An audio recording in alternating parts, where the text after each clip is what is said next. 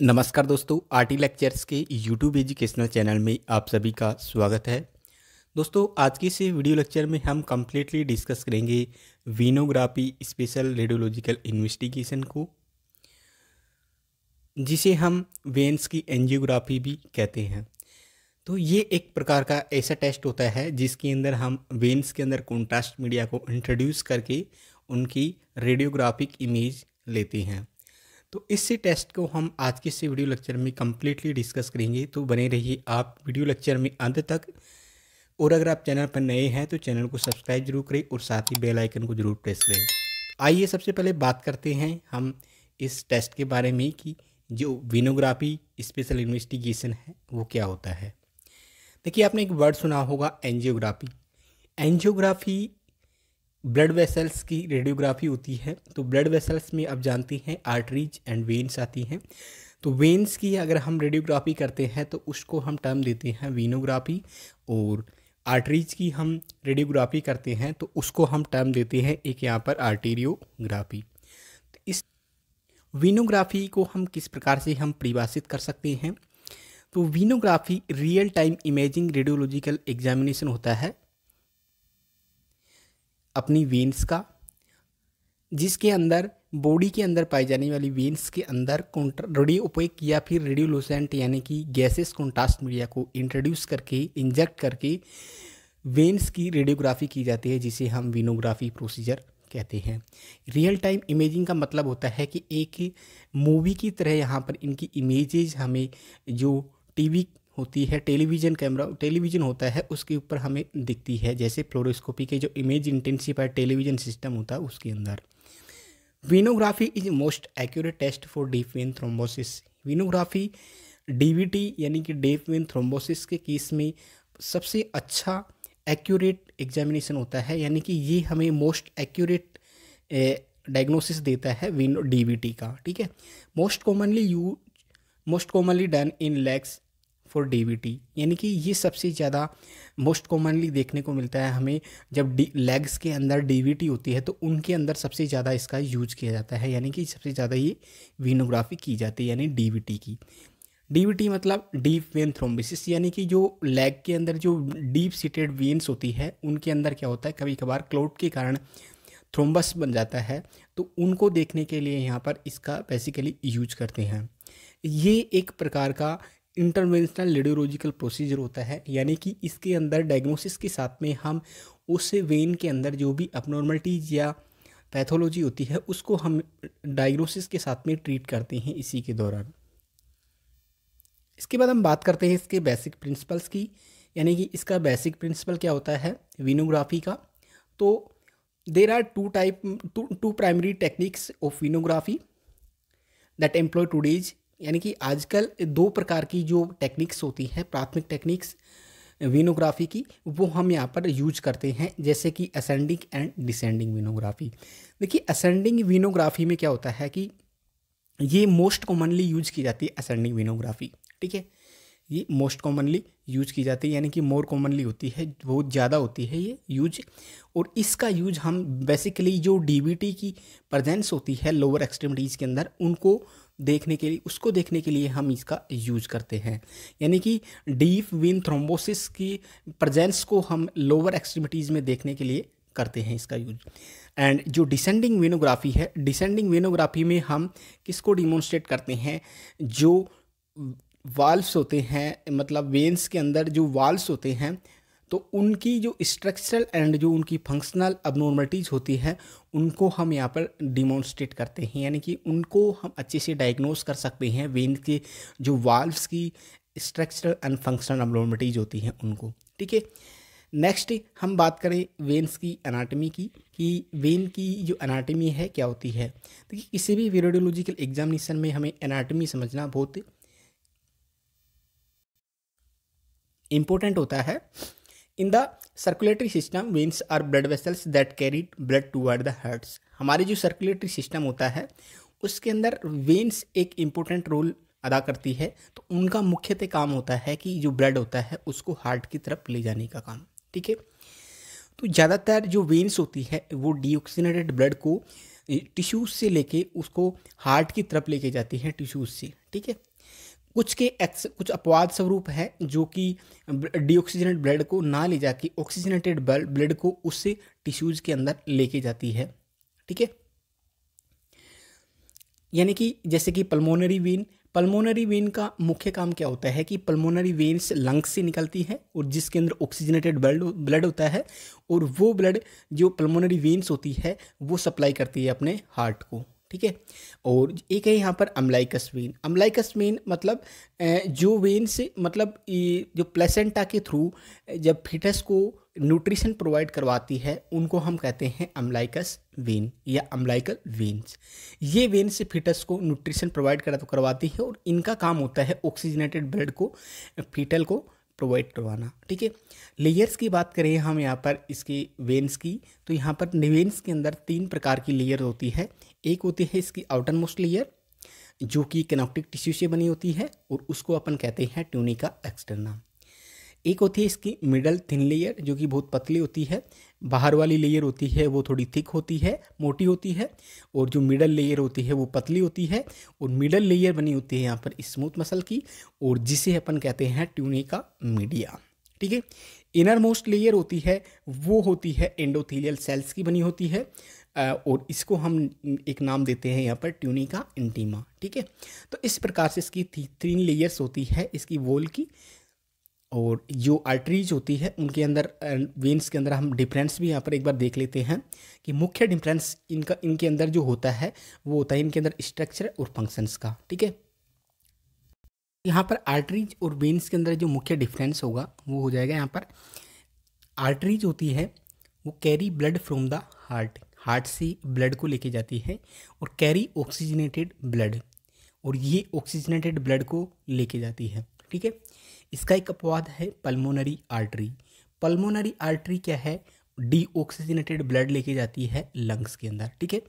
यहाँ पर दूसरी तरफ वेन्स को देखते हैं तो ये carry blood to the heart, ये हार्ट के अंदर ब्लड को लेकर आती है एंड ये कैरी करती है डीऑक्सीजनेटेड ब्लड को।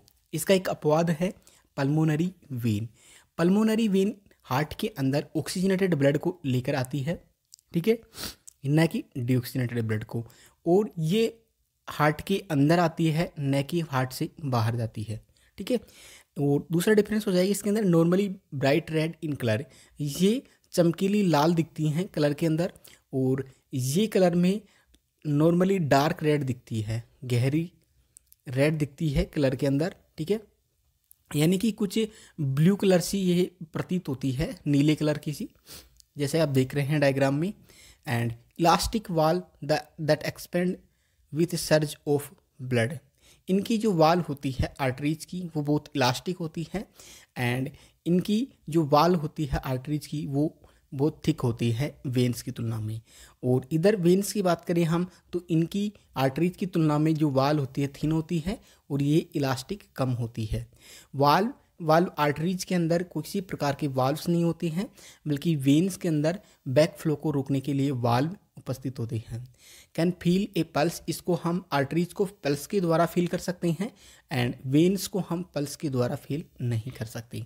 आप देख सकते हैं यहाँ पर जो कैपिलरीज होते हैं वो टिश्यूज के लेवल पर होती हैं और आर्टरीज आके ब्रांचिंग पैटर्न में डिवाइड होती हैं और वो बनाती हैं आर्टेरियोल्स। इसी प्रकार से जो वेन्स होती हैं वो ब्रांचिंग पैटर्न में डिवाइड होकर बनाती हैं वेन्यूल्स। नेक्स्ट बात करें हम यहाँ पर वीनोग्राफी के टाइप्स की, तो वीनोग्राफी यहाँ पर अलग अलग सेक्शंस के अंदर डिवाइड करके हम यहाँ पर अलग अलग प्रकार की टाइप के अनुसार वीनोग्राफी करते हैं, ठीक है।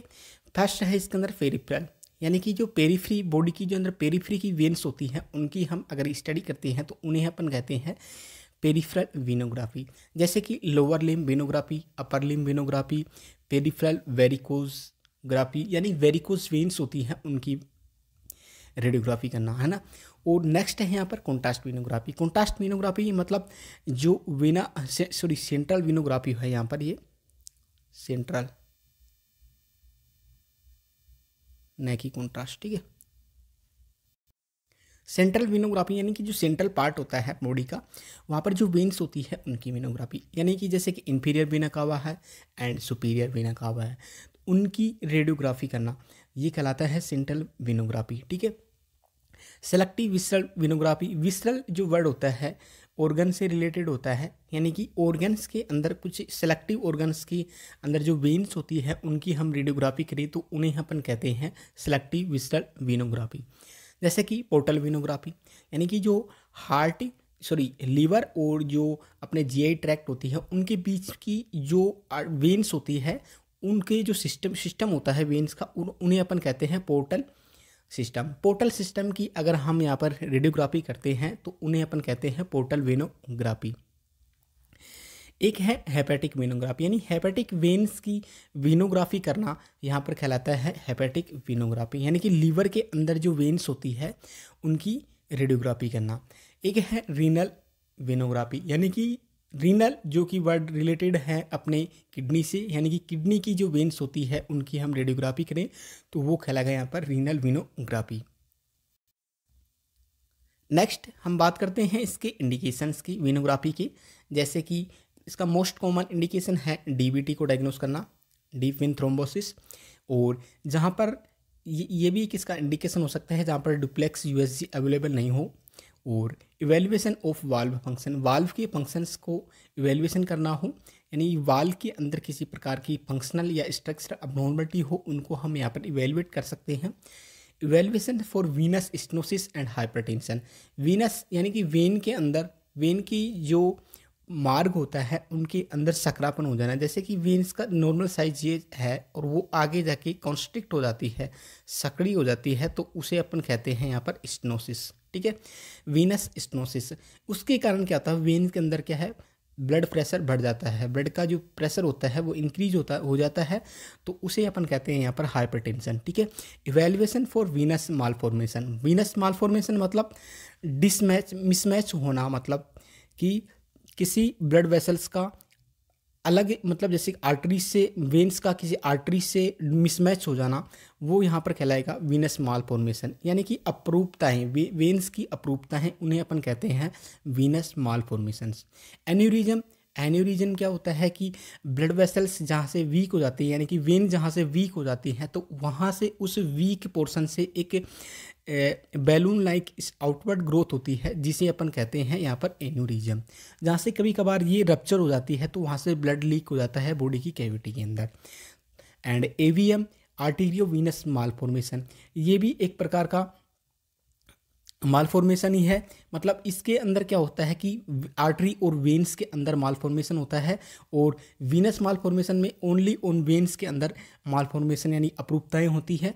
जैसा आप देख सकते हैं एवीएम के अंदर ये नॉर्मल है, एंड यहाँ पर आप देख सकते हैं कि आर्टरी और वेन्स के अंदर ये मिसमैच किस प्रकार से बन रहा है, तो ये है यहाँ पर आर्टीरियल, ये अबनॉर्मल एवीएम हो गया यहाँ पर आर्टीरियो वीनस मालफॉर्मेशन। ठीक है।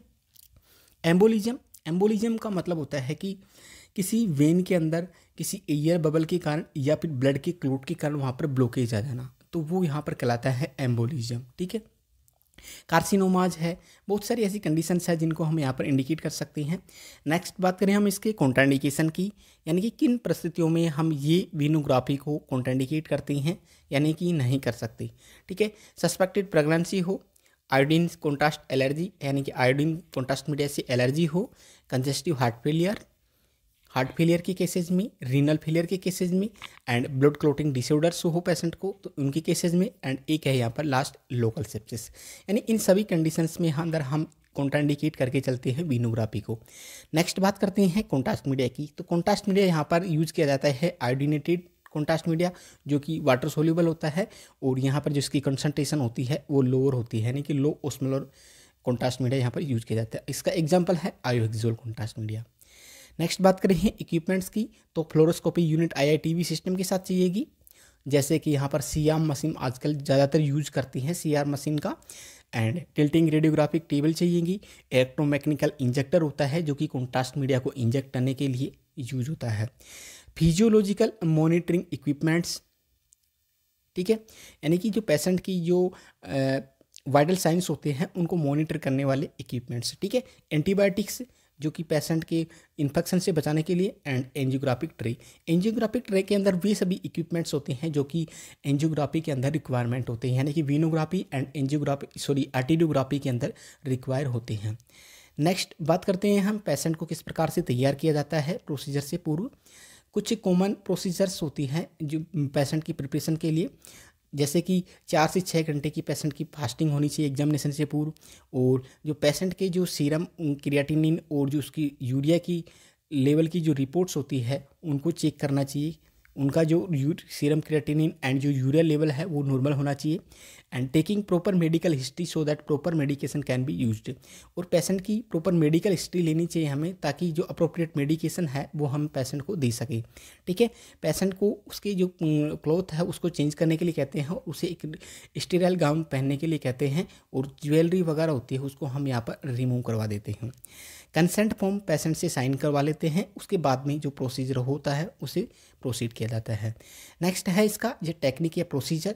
तो टेक्निक या प्रोसीजर यहाँ पर स्टेप्स होते हैं कुछ इसके, जैसे कि सबसे पहले क्या किया जाता है कि इंसर्टिंग ऑफ कंपाउंड नीडल, यानी कि पूरी नीडल को जो वेन होती है जिसकी स्टडी करनी होती है वहाँ पर उसके अंदर इंसर्ट किया जाता है पूरी नीडल को, जिसके साथ में कैनुला भी होता है। और उसके बाद में placement of needle in lumen of vessels यानी कि वेन की ल्यूमेन के अंदर नीडल को प्लेस किया जाता है।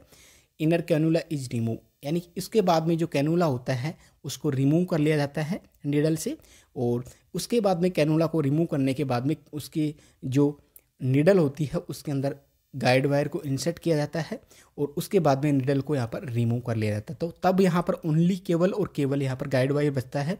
तो गाइड वायर के थ्रू यहाँ पर मैकेनिकल इंजेक्टर को कनेक्ट किया जाता है, और उसके बाद में जो कैथेटर होता है, यानी कि जो गाइड वायर के थ्रू जो कैथेटर को हम यहाँ पर उससे पोजीशन तक पहुँचाते हैं। ठीक है, जिस एरिया पे हमें क्या है उसकी वेनोग्राफी यानी कि उसकी वेनोग्राफी करनी है, रेडियोग्राफी करनी है, तो उस एरिया तक हम कैथेटर को वहाँ पर तक पहुँचाते हैं। उसके बाद में जो गाइड वायर होता है उसको वहाँ पर रिमूव कर लिया जाता है। गाइड वायर की सहायता से ही कैथेटर को आगे यहाँ पर थ्रेड किया जाता है, आगे की तरफ बढ़ाया जाता है।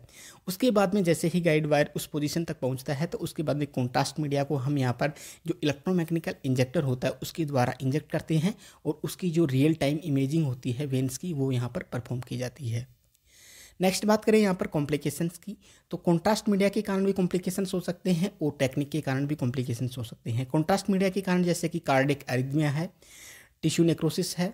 टिश्यू नेक्रोसिस जैसे कि कॉन्ट्रास्ट मीडिया का एक्स्ट्राविजेशन हो जाता है उस साइट के ऊपर, तो उससे कारण वहाँ पर जो टिश्यूज़ होती है उनकी डेथ हो सकती है।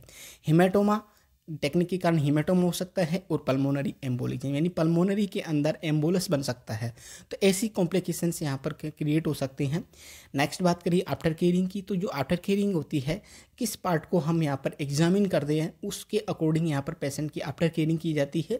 जैसे कि लोअर लिम्ब की वेनोग्राफी कर रहे हैं हम, है ना, तो उस सिचुएशन के अंदर, उस कंडीशन के अंदर हम जो पेशेंट का लोअर लिम्ब होता है उसको एक्सरसाइज करवाते हैं वेनोग्राफी के बाद में। ठीक है, तो इस प्रकार से दोस्तों आज का ये वीडियो लेक्चर यहीं पे कंप्लीट होता है। तो कैसी लगी आपको वीडियो लेक्चर कमेंट बॉक्स में ज़रूर बताएं, और साथ ही आप चैनल को सब्सक्राइब करना ना भूलें और अपने दोस्तों के साथ इसे शेयर जरूर करें। आज के लिए इतना ही, मिलते हैं हम नेक्स्ट वीडियो लेक्चर के अंदर, वो रहेगा हमारा स्प्लीनोपोर्टोवेनोग्राफी प्रोसीजर के ऊपर। Thank you so much.